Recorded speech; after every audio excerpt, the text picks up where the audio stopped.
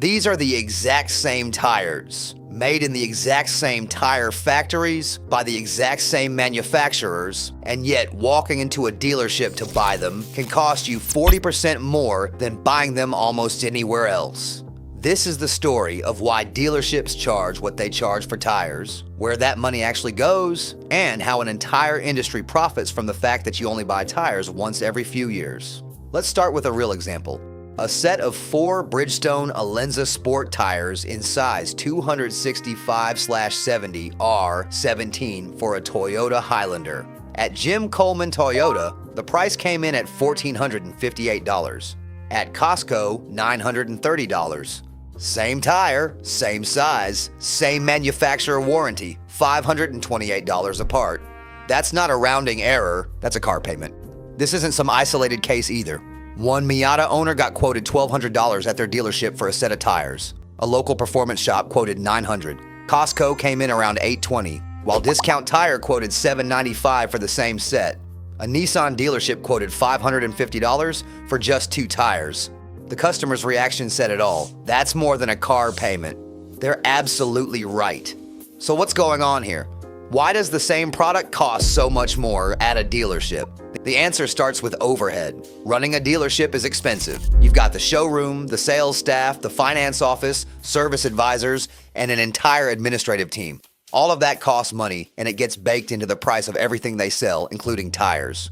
A small independent tire shop doesn't employ a fleet of salespeople or maintain a gleaming showroom. Their overhead is fundamentally different, and their prices reflect that. Then there's the labor rate.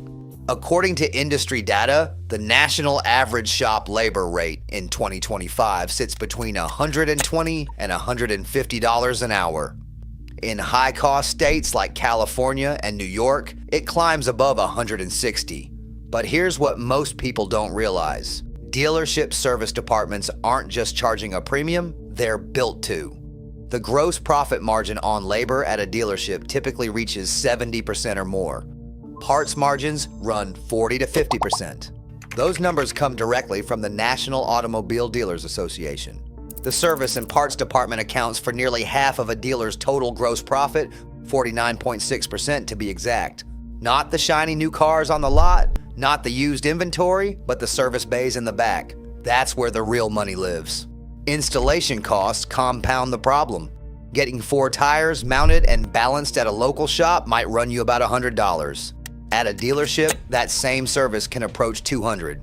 One consumer reported paying $106 at a local shop for snow tire installation. The dealer quote for the same job was nearly double.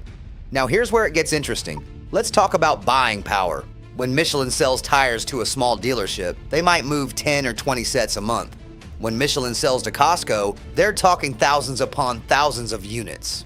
The economics are simple. Michelin makes more money selling 1,000 tires at $1 profit per tire to Costco than selling 10 tires at $5 profit to a local shop. That volume discount gets passed straight to the consumer. Costco's business model amplifies this effect. Their markup strategy prioritizes high sales volume over individual item profit. The company makes most of its actual money from membership fees, which means they can afford to keep tire margins razor thin. When you buy Costco tires, you're also getting new rubber valve stems, nitrogen fills, and free tire rotation, balancing, and flat repairs for the life of the tire. Those bundled services represent potential savings of $250 to $300 over the life of those tires. But there's a psychological dimension to all of this that the tire industry understands very well. Philip Kane, a business consultant and former executive at both Goodyear and Pirelli, put it this way: consumers don't really have a frame of reference on what a tire should cost because you only buy them every few years. Economist Bill Wood was more blunt. They can tell you it's going to cost whatever it's going to cost, and as long as it doesn't sound like it's made out of gold, you're going to say, okay. The industry even has a term for this. Tires are a grudge purchase. Nobody wakes up excited to buy tires. You buy them because you have to.